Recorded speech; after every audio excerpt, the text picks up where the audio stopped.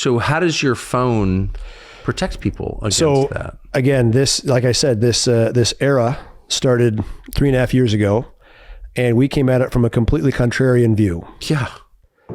This phone, it's our hardware, made in Indonesia at a Singaporean facility. Our operating system, all our code, and we are solely focused on data sovereignty that you control.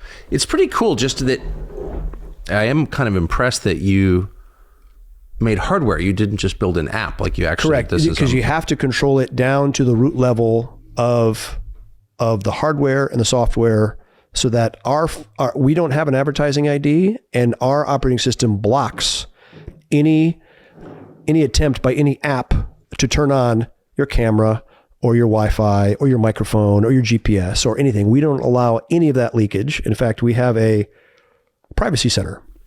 This is called the Unplugged. This is an unplugged phone. And this is effectively a firewall which prevents apps from doing all the things they're used to doing on all the other phones. So you're in control of what of your data goes out, which is effectively zero. This is like a safe. It comes in, it doesn't come out. So just to bottom line it, I'm protected from what am I protected from if I use that? Here's the thing. If you're using apps and some federal agency goes to that app purveyor and says, give me everything you have on Tucker that he's been using on that app, there'll be nothing, because there's no data leaking from you, from your device to that app. If you call somebody, we have our own secure messenger. For example, you want to call and make a secure call, and you call me, it takes about 5 seconds to connect, because it's literally creating a encrypted tunnel between you and me. Generates a new encryption key every call. It's completely different. So the government hates that, and there have been all kinds of legal battles over this question. They don't want secure communication between citizens because all of a sudden they care about human trafficking or something. Yes, and their latest excuse for this massive FISA enlargement was drug trafficking. Drug trafficking, right. Because they've been failing for 40 freaking years at that. Well, they just opened the southern border to fentanyl and human trafficking. So these exact same people are suddenly really worried about human trafficking and drugs. Yeah, it's a joke. So right. We produced 500 units, fielded them last fall. We did a big beta test, and now we have 10,000 units, so people can order and deliver. And look, it is our effort to fight the power of so big tech. So what can't I do? I mean, I'll just confess that I use an iPhone made by a company I actually kind of hate, and that hates my country and me, and I use it anyway because it's super And we figured easy. There's a lot of people like you that would want to digitally opt out of the lie of big tech. And so what you can't do, obviously we don't have the Apple Store. We don't have Apple Music, but you can use Spotify. You can use a lot of the other streaming services on here. We just prevent them from collecting your data as to what you're listening to or where you are when you do it. What about pictures? Of course you can take pictures. And you can share pictures. You can send pictures. We have a lot of the other privacy-related apps, whether it's Signal or Threema or Proton or Telegram. We have Why has nobody done this? So everyone complains about this. Everyone who pays any attention at all understands. Plus, the iPhone's incredibly expensive. But they have a hammer lock on your life.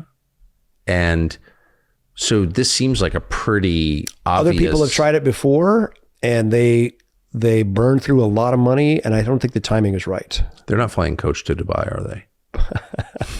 we did this. Man, you are Dutch. I love that. Fly coach to Dubai.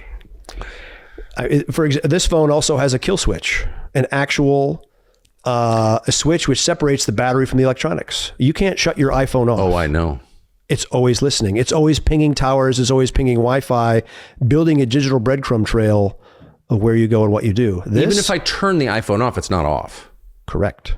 This, you turn that off, it's off, because it physically separates battery from electronics. It's just like pulling the battery out of an old Nokia phone. So I'm sorry I interrupted you. So this, I love this, of course.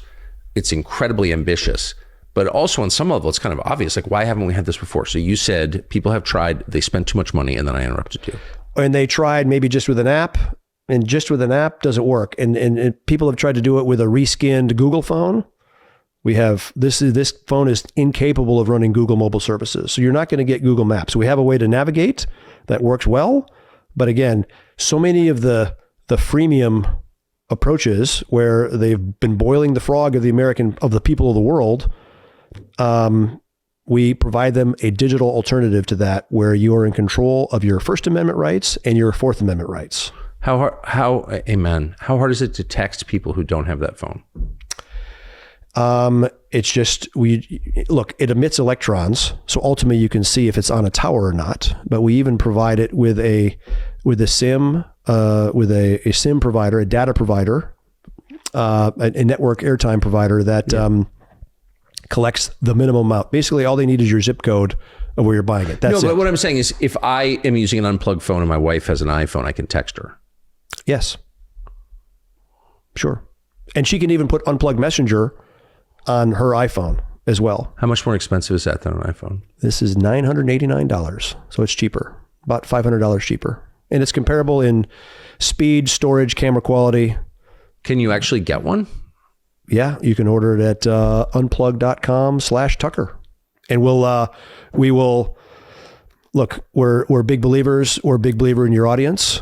I'm a long ardent fan, and we think your fans are our people. And so we are happy to compensate them and you guys, and we want to win in this together and give people a digital alternative to big tech owning their lives. Man, I really, so it's not a threat to Apple right now, but if there's big take up, it could be. So how do you expect them to try and stifle competition? It's a monopoly. Sure. They want to retain monopoly status. Look, if you do a Google search for unplugged phone or things like that, they tend to stack every negative article possible written about it first. Oh, there have been bad pieces written? Of course. The left will always come after me and hate on me for anything. Is it a racist phone? The left used to be about free speech, right, and now they're really about kind of state control. But does the phone deny the election in 2020? I would argue that the phone cares about your First and Fourth Amendment rights. The erosion of that privacy. I just want to encourage everyone to use cash yet as well. Don't go to these, anyone that goes to these woke coffee shops and they say, we don't accept cash anymore. Look on the front of a dollar bill. It says, this note is legal tender for all debts, public and private. No one has the ability to deny you using cash. So leave them the right change on the table and tell them to have a nice day. They cannot make you pay with a credit card. That is actually insurrectionist if these businesses are denying you the ability to use legal tender of the United States government. I had never thought of that. Has anyone tried that?